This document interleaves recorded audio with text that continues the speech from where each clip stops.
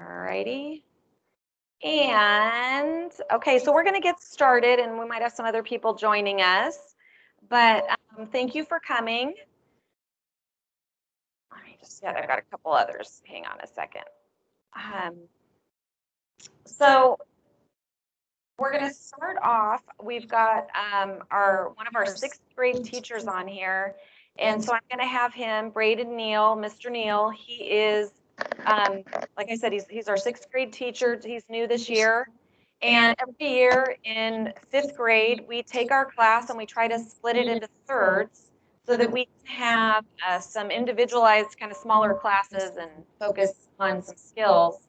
So I'm going to have Mr. Neal explain to you what he's going to be doing. He's going to have, so we've split the kids now into three, basically math classes, all meeting at the same time. So I will turn it over to him and he will introduce himself. Thank you, Dr. Cruikshank. As she stated, I am Mr. Neal. I am Braden Neal. I am the new math specialist here at St. Louis. And what we do with the fifth graders, as she said, a little more in depth, is that we split them into thirds.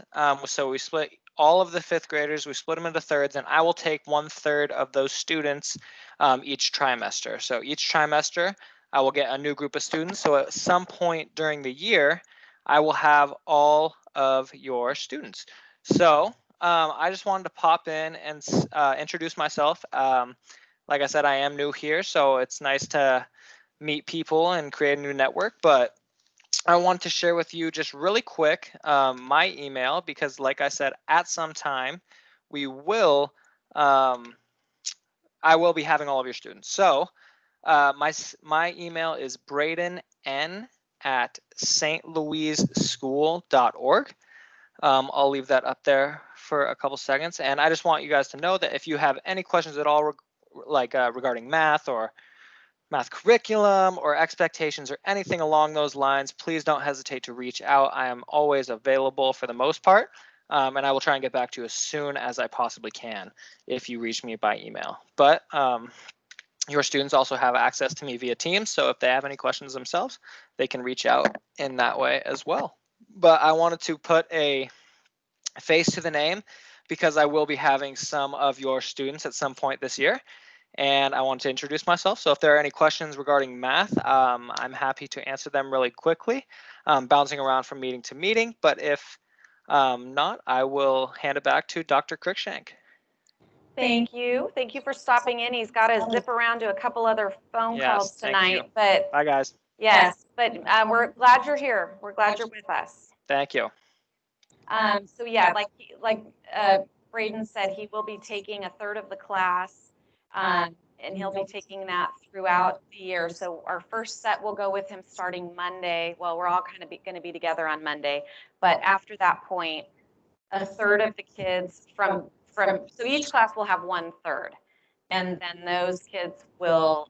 1/3 of them will go to his class, 1/3 will stay with Mrs. Cervantes, my 1/3 will stay with me, and then we rotate at the next trimester. So at some point, everybody will get to see Mr. Neal.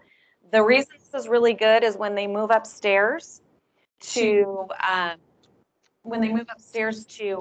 sixth grade, he's already met all of them, and that's really helpful next year. Thank you for coming tonight. I've got some kind of an echo here. It's like I've been having issues all day with my recording, so I'm sorry. So we're going to start off. I've got a PowerPoint here, and I'll just go through these slides, and at the end, I'll ask for if we've got any questions. So again, my name is Dr. Liz Cruikshank. This is my second year at St. Louis, and I'm super happy to be here. I love teaching here. I love this community. A little bit about me. I've been teaching off and on since 1996, a long time ago, and I've taught everything. I started 4th and 5th grade. I did a 4-5 combo. I did kindergarten. Gone completely through every grade you could think of.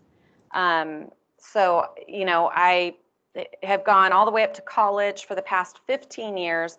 I have been teaching at a university In California, where I am from, I teach online courses now because it's obviously I can't be there.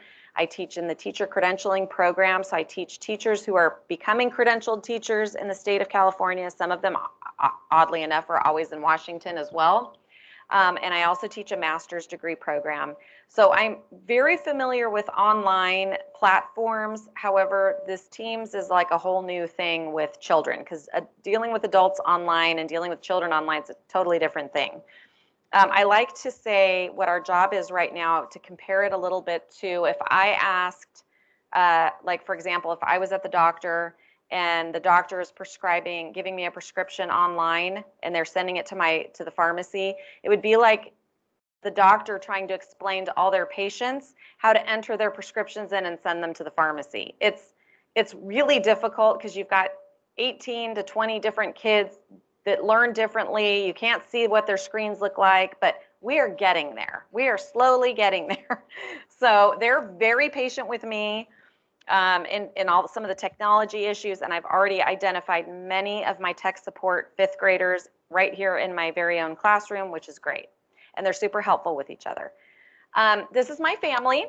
So this is my husband, Tim, and he was in the Navy for 25 years. And you guys will hear a lot of stories about him. He was a Navy SEAL.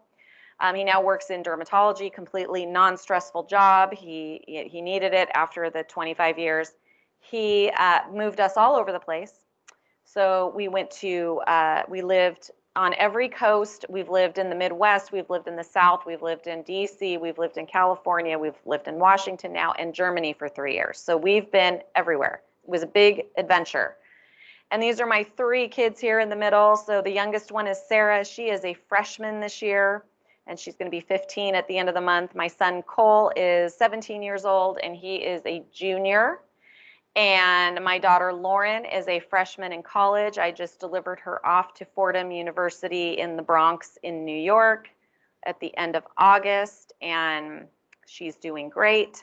I also have 2 dogs. I love to show my dog videos because last year I had to share with my students that my dog likes to eat corn off the cob. He's a lab hero, and huckleberry. So I get a lot of requests for my dog videos once I start showing them, and they usually somehow relate to something that we're learning. It's really funny. But anyway, so that's Team Crookshank. We call ourselves a team, and then I also like to think of our classroom as a team, and that is how I run things. And teams mean you have to work together. Everybody has to be rowing in the same direction, and you have to depend on one another. And when one member is weak, the other one needs to pick up the slack. And that's how we work in this classroom. And that goes into my philosophy and my philosophy of teaching. So my background is I went to San Diego State. I went to San Diego State for my undergrad. Then I went to San Diego State and USD for graduate school. Then I got my PhD, which took forever. One other thing I forgot to mention to the last class, but it'll be on this recording, is I am a cancer survivor. I currently have stage 4 cancer, and I will talk to your kids. They will know about it for a couple of reasons. Number one, I'm proud of the fact that I've had it for 8 years and I'm still living, and I plan to live to be in my late 80s. And but the second thing is that when we're talking about COVID in the classroom, I am very much at risk, and I take this very seriously. But I also believe that there are things that we can do to make this a very safe and sanitary classroom, and I did it last year, and I know we can do it this year. But it's important to me that kids don't come in sick and coughing in my face, because that to me is something that could keep me out for many weeks. So of course I was sick last year, and I was only out about 3 or 4 days, but I don't want to be out again. So I love being in the classroom. So my philosophy is this: I am in the business of developing humans, helping you help your children to develop. So I get them for 180 days, and then they go to another teacher. And so I take that very seriously. I have a short time to really impact them, help them grow as a person, and develop as humans. And I'm more concerned with your child as a human being versus human doing. And so I want to remind them every day how great they are, and that no amount of points can change that. So what do I mean by that? Human doing. I can give them tasks to do all day long, and that doesn't tell me anything about them as a person. If you've talked to your children today, some of them have already done an assignment I gave them. And the assignment was, if you had a bag and you had to put 5 things in that bag, tell me 5 things that kind of describe who you are. And I learned more about the kids from that than I do from most of these other things, because I learned tonight that one of our kids likes martial arts, and I learned that another one loves poetry. Like, I would not maybe have gotten that out of them, maybe if I asked the right questions. But those are really interesting things, and they tell me a lot about that inner person, not just are they able to do a math equation, or can they multiply quickly, or how quickly they can read sight words. So we're creating we're helping to grow the entire child, not just the child that's in the classroom. And so I do not like to focus on points. Points are a way that I have to assess whether your child learned or didn't learn what I was trying to teach them. But what we're trying to teach them is so much more important than the points. And I was sharing with the last group that my son had a teacher last year in religion that she would tell the kids that was an absolutely perfect presentation. And then she would knock off like 3 points. And my son would say, why can't we get all the points? And she said, there's always room for improvement. And so that is reality. It's whether it's from a boss, from a college professor, a high school teacher, there's always room for improvement. And if you look at some of the great legends that we have, like a Michael Jordan and a Kobe Bryant, they were never satisfied with whatever their record was. They were always striving for more. And I want our kids to all be able to do that. And sometimes sometimes it's just out of their reach, and it makes them push just a little bit harder. And so I do sometimes I give 100. I'm like, that was the most amazing thing I've seen all year long, so you're going to get full credit. I rarely give extra credit, because I really believe that if they just do a good job on the initial assignment, they don't need extra credit. If they're working way above grade level, then they should probably be moving up to 6th grade. But if they were all masters of 5th grade, they would be moving on to the 6th grade. So a full credit, 100% on every assignment means you know as much or more of what I'm teaching than I do. And that's just kind of how I look at it. So, and those are their points, and they don't tell me anything about your kids. The other thing is, I love to share the story about my oldest, who is at Fordham. And she was applying for colleges, and has a 3.98 grade point average, very smart kid, took all these honors and AP classes. Like, she was killing it. She wanted to do really well. She did very well in classes, terrible test taker. Took the SAT 2 or 3 times. She would eke her score up a little bit each time, but she is just not a good test taker. If we had judged her, and the schools had only judged her on a snapshot of what her points were in her SAT that day, she would have been judged. She would have never made it in. But fortunately for her, they looked at a bunch of different things. They looked at her service to her community. They looked at her writing skills. They looked at what the teacher said about her, and they looked at her report cards and her consistent work in her classes over time. And she didn't always she didn't always get an A+. She got A minuses. She got a B+ in biology. There's things like that. And so we have to set our kids up for that reality. And so that's what I am trying to help your kids learn now. My big focus is on developing positive views of themselves, positive behaviors, positive emotions, positive attitudes, positive beliefs, and their own power to control their lives, and not allowing other people to influence what they are and aren't doing. And we're also going to celebrate our mistakes, and we're going to celebrate them a lot, because that means that learning is happening. That's how we learn. My expectations for the kids are that they do these 7 things, and we will talk about them a lot. Number 1 is helping others succeed. I love this picture of the bottom panda, and we will talk a lot about pandas and who is your bottom panda. And everybody in here should have a bottom panda, and every one of you already has one. So your bottom panda is that person when you think, I can't do it. I just can't do it. They push you, whether it's your spouse, or it was your mother, or it was your father, or a friend. I told a story earlier when I was working on my dissertation, And I had been working for a long time. I'd gotten diagnosed with cancer in the middle of it, so I had to take a leave of absence. We'd moved to Europe and moved back, and I couldn't finish it. I started my research. I had to start it over again. I was exhausted. I had 3 kids. I'm trying to work, and I'm trying to work on my dissertation, and we were moving. And in the middle of my dissertation, I said to like I was getting ready to defend it, and there was a hurricane that came through. We were living in North Carolina, and I said, I just can't do it. And my professor said, we can reschedule it. And my husband said, you do it. You're ready. You do it. So we got in my minivan. I spread it all out on the dashboard, and we went to higher ground. We figured out a place where our cell service would work because I had no telephone line in my house, and I did my dissertation, and my husband was my bottom panda. And so we're going to have that in here.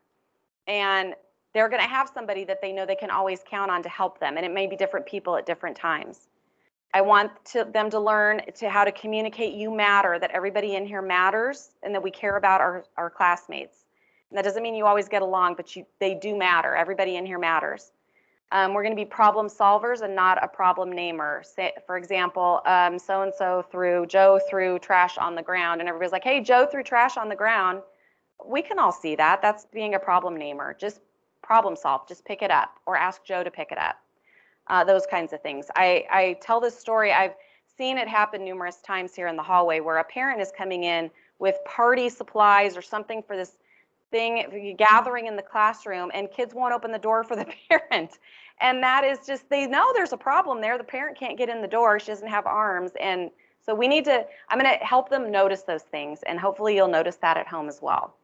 I'm going to teach them to see if they see a problem, they own the problem. So you see that you are a part of this contributing problem, something's happening on the playground, and you had a part in it. Instead of saying, it's not my fault, own your part of the problem, say you're sorry, and then we can move on. If you're not part of the problem, help us solve the problem. Developing positive mental habits. So being, proactive, being not looking at people and thinking that they're trying to do harm to you, or they're thinking bad thoughts of you, but trying to keep positive mental habits. These are all behaviors that you have to practice over and over. Advocating for what they need. I have many stories of this, but I want them to be able to say, I can't see the board. Can I move closer? Or I don't understand what you're asking of me. Can I repeat it to you?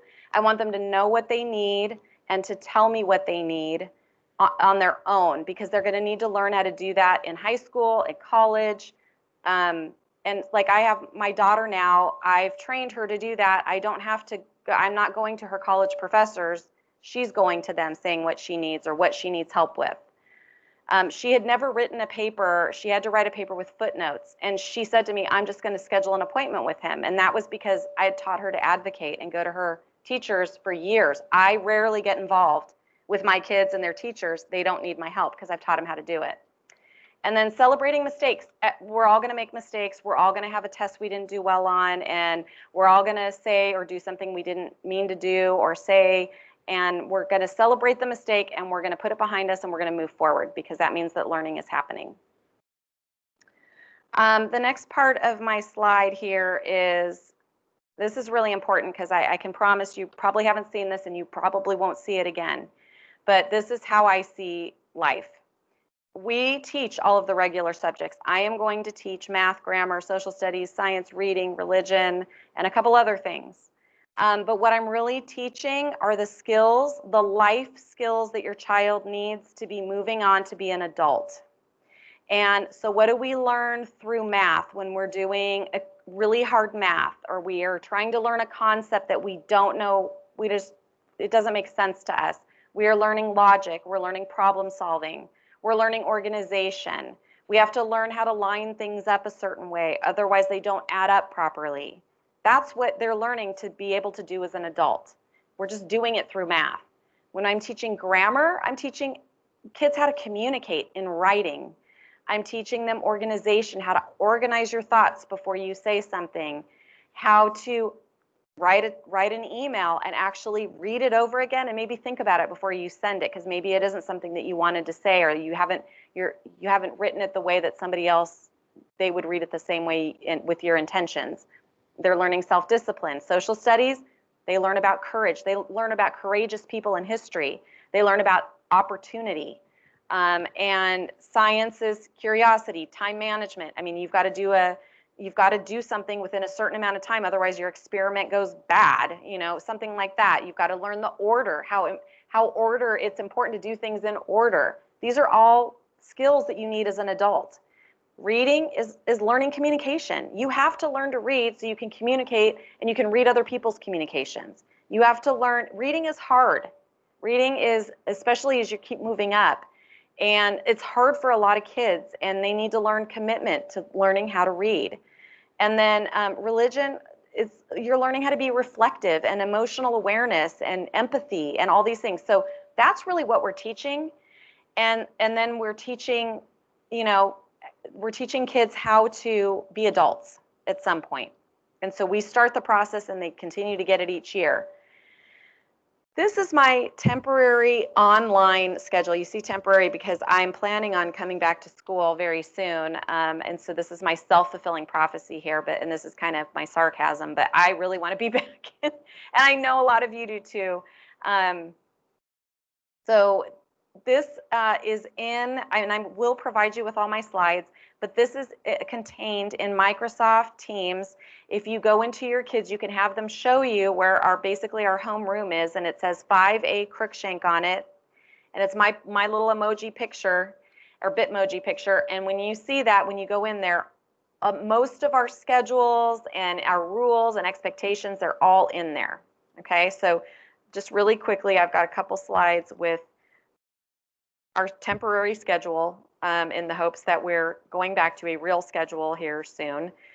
They will meet with their specialist every day, a different specialist every day for 30 minutes. And so next is the curriculum. So the curriculum is, math and language arts, same exact curriculum as last year. So it is Pearson that has renamed itself Savas. I don't know why, but it's the same exact book, everything. Like we said before, we've broken this into 3 smaller classes. And the big thing on this is if their basic skills and operations are low, so if they cannot quickly add, subtract, multiply, and divide, they're going to get a lot of that. So they have to do it automatically. And here's why. Every other math thing you do in math, operation, builds on those 4. And kids tend to be weak. If they struggle in math, it's because those 4 are weak. And so we're going to really make sure that those are very, very strong so they can be successful in math. Their tests will be, as long as we're in the class or online, they will be online tests as well. And so Mrs. Cervantes is going to and Mr. Neal are going to kind of figure out what portions of the test are important that we can get online for them to take. And they'll be in Skyward. Language arts. Language arts is the same program as last year. It's Journeys. We will be doing monthly book logs, and it must be signed for credit. And we're not going to start this until October because we're just trying to get through all this. We usually start it in September, but we're going to just get everybody settled before we continue to introduce a bunch of different things. All of their quizzes every Friday and Journeys will be online in Skyward, and we're already teaching them how to take those tests. If you looked at your child's planner tonight or talked to them, they would have said to you, I have to take a test in Skyward. I believe it was 5 questions. It was in religion. And we're just doing those to train them how to take them in Skyward. Once they get it, it's super easy. And if they have an issue, they just send me an email or they send me a chat in Teams and they say, I hit that I was ready to go. I hit submit and I wasn't. Can you open it back up? And I can open it back up. None of this is not a problem.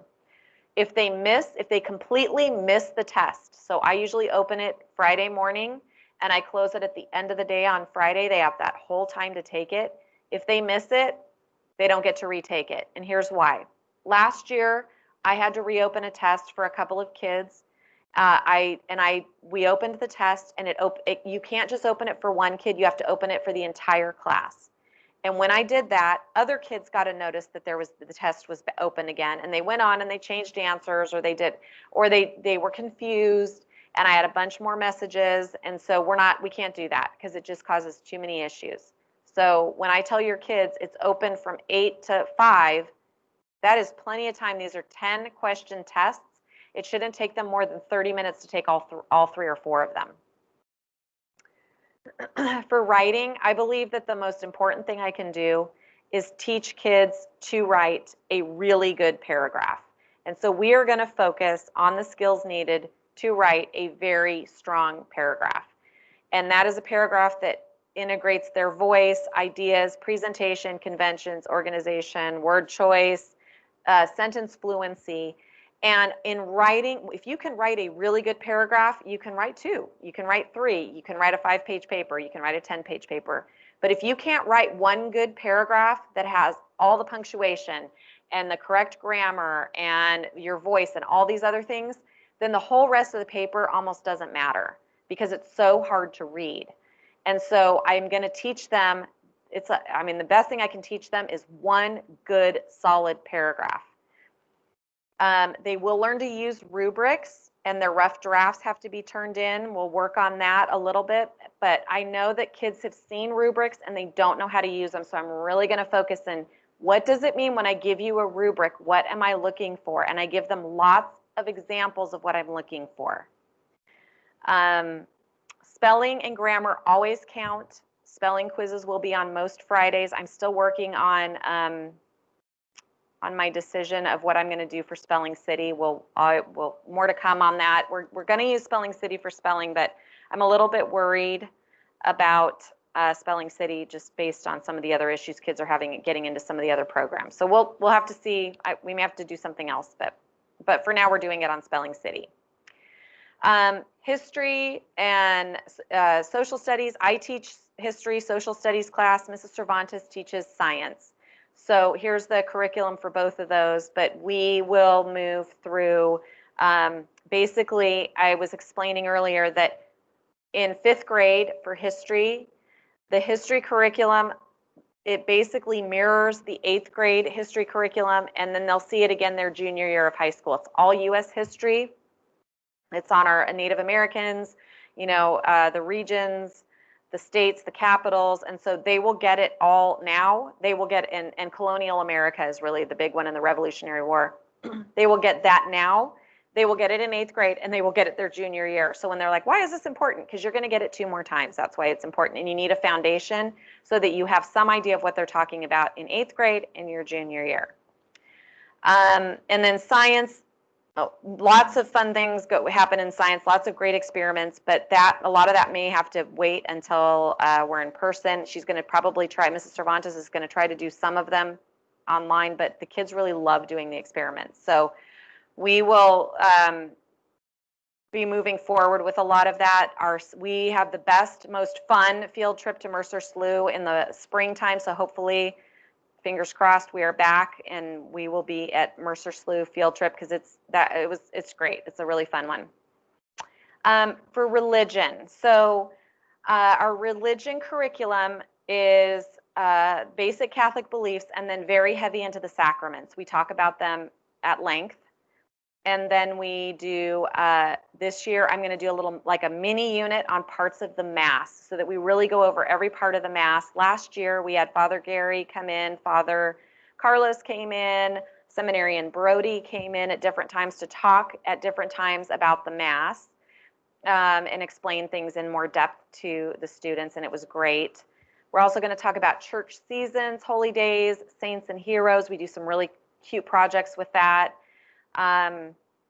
We're going to do prayer. We're going to be reading the Bible, celebrations, the Jesse tree at Christmas time when we are back in person, meditations. For the family life curriculum in March, there will be more to come, but it is a very Catholic version, very I would have my kids listening to it. I wouldn't present it if I didn't think it was appropriate. So we'll talk more about that as we get closer to March.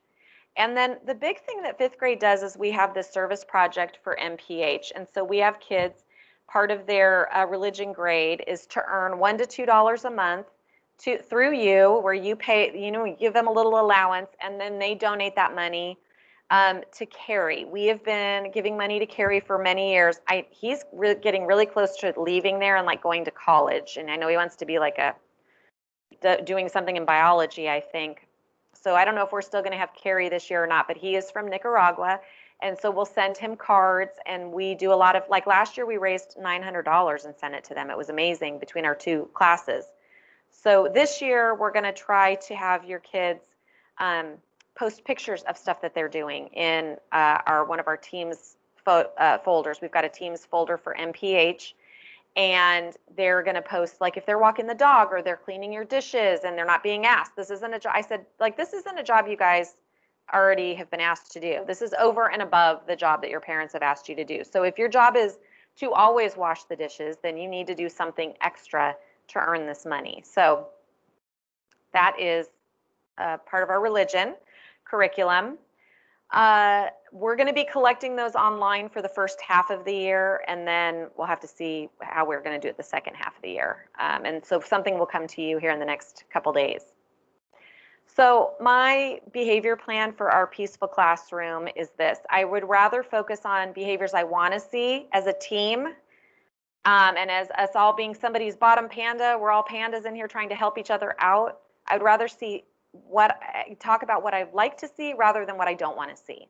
And so, so we just talk about positive. Usually if we were in the classroom, we would put together, I do these sticky notes of what does a good student, what are things that you want to see from me? What do you want to see from your classmates? What does it look like when we're all working together in math? What is it, and it's called Stick It Together, and we haven't been able to do that. When we come back in, we will do that because it's a great activity to have them work together to tell me what they think a great, helpful classroom looks like. We work a lot on personal responsibility, owning up. Like, I forgot, it's not your mom's fault that you left your backpack on the driveway. It's your responsibility to get your things packed and next to the door. It's not your mom's fault you didn't send me a message, or it's not your mom's fault you didn't get your spelling work done. Taking that personal responsibility, and then you being able to let go just a little bit so that you don't have to be on them, so that you can just have a good parent relationship with them instead of nagging them like their teacher does. Talk about consequences. So if you left your homework at home, your mom should not have to drop everything and drive it in here for you. And so those kinds of things. So consequences are, you have to come and ask me. Maybe I will give you forgiveness for this time, give you a little bit of grace, but remind you that next time, you're going to lose 5 points or whatever it is. So consequences, they need to know them. When we are back in the classroom, I use a stop, think, and write, which is, basically orange slips where they just think about what they did, maybe what made them do it, what they could do to not do that activity again. I rarely have to use these, to be honest. I can usually just have conversations with kids and we just move on. And then obviously we've got other consequences if that happens. But I mean, most of the time we have this, we set the tone at the beginning of the year and they're very good about following it. We will have class celebrations when we get back in person, and of course parent conferences, and I will also have conferences with kids as the year goes on. I kind of will sit down with them and we'll talk about, what are your goals? Do you think you're meeting your goals? Did you have math goals or writing goals, and are you close? What is a personal goal? What's a fun goal outside of school you want to do? Something like that. So, and then I also sit down and I conference with them on their writing so I can give them specific feedback. These are a list of the logins. It looks like a lot. They're getting the hang of it. They will be using Teams every day. That's the biggest thing I need them to learn. Most assignments, if we need anything handed back in, there's 2 places it will be handed in. One is on Skyward, and it's not an assignment. That will be a test. So only tests on, it says most assignments will be submitted here in Skyward, but that means tests. And that's also where they check their grades, and they're going to be doing that every week. They should get in the habit of doing that weekly with you. And they get points for that. We put that in the grade book. So it's one of their jobs. And then the second is Teams. So we've got it set up where you are not going to be taking, and I think I've explained this to most people, you're not going to be taking a ton of pictures and trying to upload them into Teams or anything like that. They'll get an assignment on Teams. They will return it to Teams. Tonight, they had an assignment on Skyward to take a religion test. Those grades go right into Sky, or the questions and everything, they're right in Skyward. They answer them there. I check them. The grade goes in the grade book. They also had a flip grid due to me tonight, and they were adorable. And I responded back to each of your children who have already done the flip grid. And so that's a way for them to communicate directly with me. And some of our flip grids will have skills that I can have them. I want you to tell me what the theme of the story was, and they don't have to write it. They can just tell it to me. Or I want you to tell me what you think, what were the 4 important things in this video, and they can speak it to me, and they don't have to write it down. So, and they'll get graded that way. So much easier than just having you submit a bunch of papers to us. Okay, organization and homework. So homework is written in planners every day. Today they wrote in their planners. They had 2 assignments. One was the flip grid and one was religion. You and I harp on this, but you need to check your kids' planner every single day. Check their planner. And most of them are very responsible, and most of the time I don't even need to check half of them. But it's really important that they get in the habit of writing down what they need to complete, and that somebody else verifies that they have completed it. Don't take their word for it. Make sure that if they were supposed to do the Skyward, that that you're like, okay, what was it that you did on Skyward? And that if they say, oh, I did the religion test, it was 5 questions, you know they've done it. Or I did the flip grid, it's right here, do you want to see it? Get involved and find and make sure. So I always have some parents, and they're like, well, I'm trying to teach them more responsibility. Yes, trust but verify. So trust that they're saying that they're doing it, but then sometimes they forget, or sometimes they forgot something, and they need that extra set of eyes. So make sure that everything has been completed. There's just many instances I can think of when a parent's like, oh, I thought they were doing everything, and their kids weren't turning things in. So we're going to work with your children and when to file their papers. Usually I do this on Fridays. We do it all together so I can see where they're putting their papers. I verify they're in the right place, and then I give them I give them payday, and they can buy things in my class store, or they can buy lunch with a friend or whatever. So that's going to look a little differently for right now. So we're going to tell them, but right now, if they have any loose papers, they should be just putting them in that subject for where they go. So like if they've got a loose religion paper, put it in there. They're not going to have very many papers to start off with. This is a big one. Today was a little bit difficult. Make sure your student is prepared for every lesson each day with the proper supplies. 30 minutes is not enough time. So we had a lesson today. I needed the kids to have these 2 sheets of paper and their religion composition book. And it took us 30 minutes for everybody to get their supplies. So guess what? I had to really quickly skip over this religion assignment that I didn't even get to complete. And I don't know how many of them got it. So I've got to now go back and teach it again tomorrow. And that can all be taken care of. So they're all on there. Some of them are on there 10 minutes early, and they're not prepared. So I need them to be prepared. That means their planners there, their materials are there, and I tell them every time. And and any of their work is sitting right there next to them, so that all they have to do is lean over and pick it up. Might be on the floor next to them or whatever. Homework needs to be turned in on the date.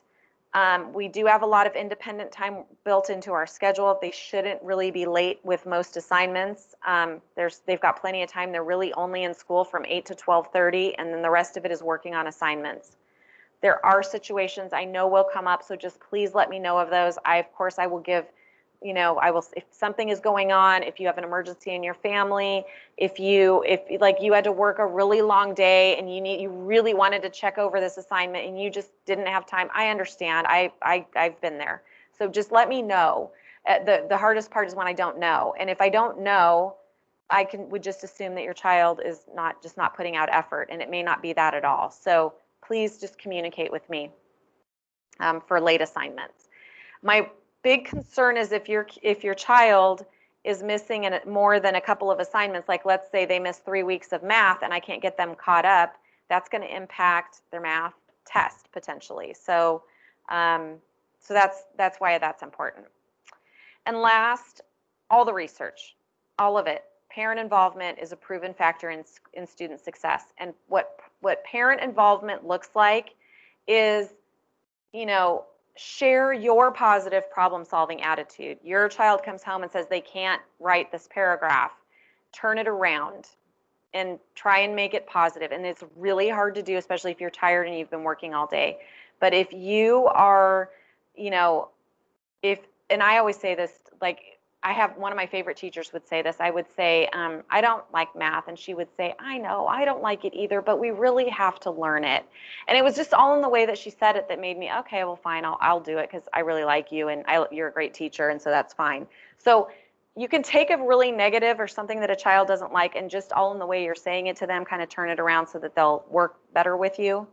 So turn it around, look at their work, have them talk to you, have them tell you what's going on at school, ask them, hey, what did you, on this flip grid, what were your 5 things? Or can you show me your flip grid? Or, hey, what did you do in religion today? Did you put something in your little composition book? Can I see? Can I see what you did in grammar? Something, just, you don't have to do it every day, but just take a look. And I am often asked, what can a child do to increase scores or do better in school? And by far, every bit of evidence, and I've been, in many articles, I've written many articles in conjunction with other people and textbooks and things like that. Read.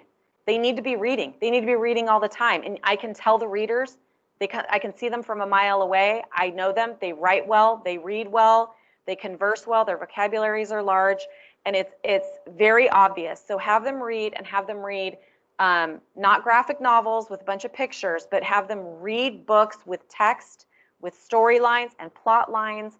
And I have a lot of things I can share with you if you're not sure about books to give to your child. So can Mrs. McIntosh in the library. She's a great resource. Please communicate with me if your child needs help. Look over their work, maybe say, hey, can you read that out loud to me so we can make sure it makes sense?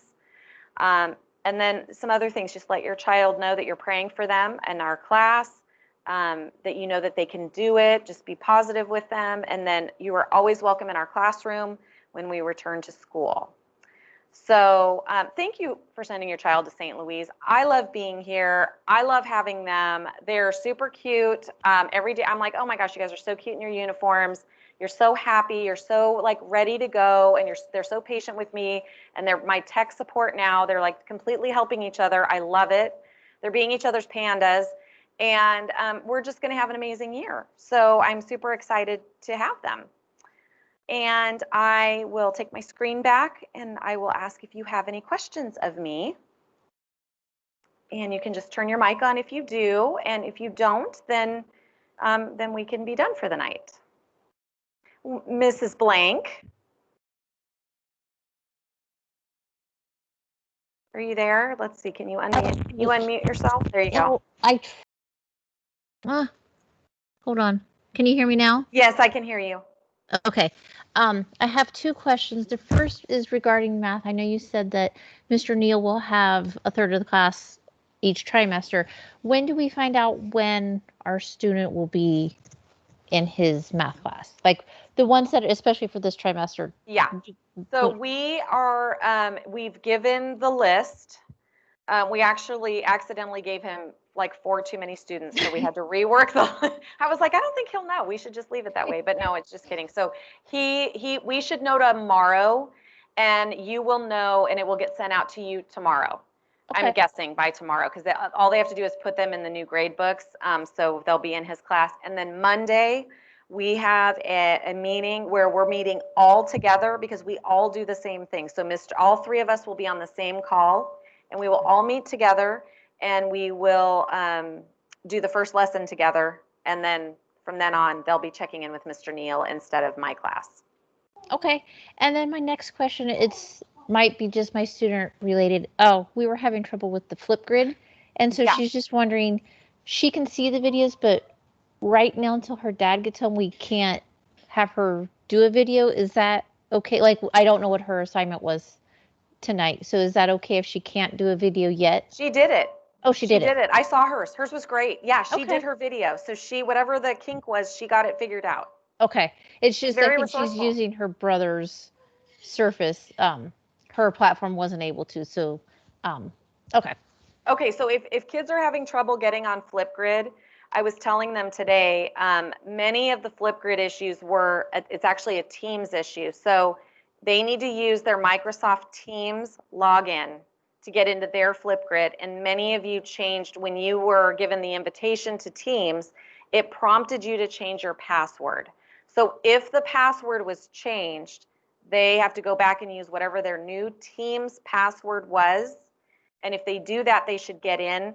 But if she's still having trouble, she can stay on with myself, or Mrs. Cervantes is like great at troubleshooting the Teams for whatever, the Flipgrid for whatever reason. And we can either call her back, or she can just stay on late, just for a few minutes with me tomorrow, and we can see if we can figure it out.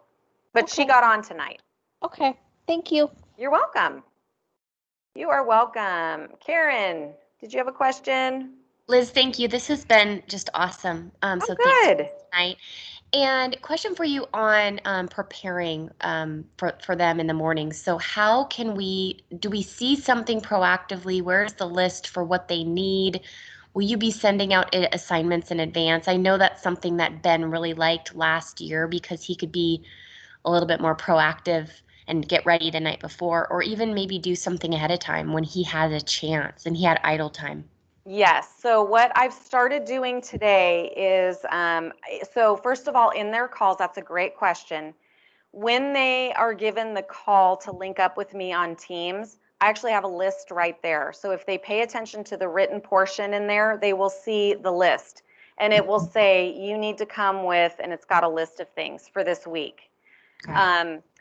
The second thing is many of them come in early, and so I'm going to do what I would do in the classroom, which is I would have my smart board up with, when you walk in, what do you do? And so I've got that ready to go for tomorrow morning. So if they come in early, I told them to log in 5 minutes early, I will be on there, and they will see my board that says, you need these things and you need to do this. And so if we can get in the habit of that, just like when they come into the classroom, they can see it. Most of them get in before, I always tell them, I told them today, and this is my husband's famous words, if you're on time, you're late. So basically, and they were like, oh, I get it. So I said, you need to come 5 minutes early. With him, it's 15 minutes, and that makes everybody crazy. But 5 minutes early, that way you're ready to go. And so they've been doing that. And so I think if they can just get in 5 minutes early and look at my board, that will make them more successful. That's great. And then remind me again about being able to do assignments ahead of time. Is that a thing or not? It depends on the assignment. So there are a couple things that I know I need them to do the night before. We're just trying to figure out prep-wise how to do that. So Okay.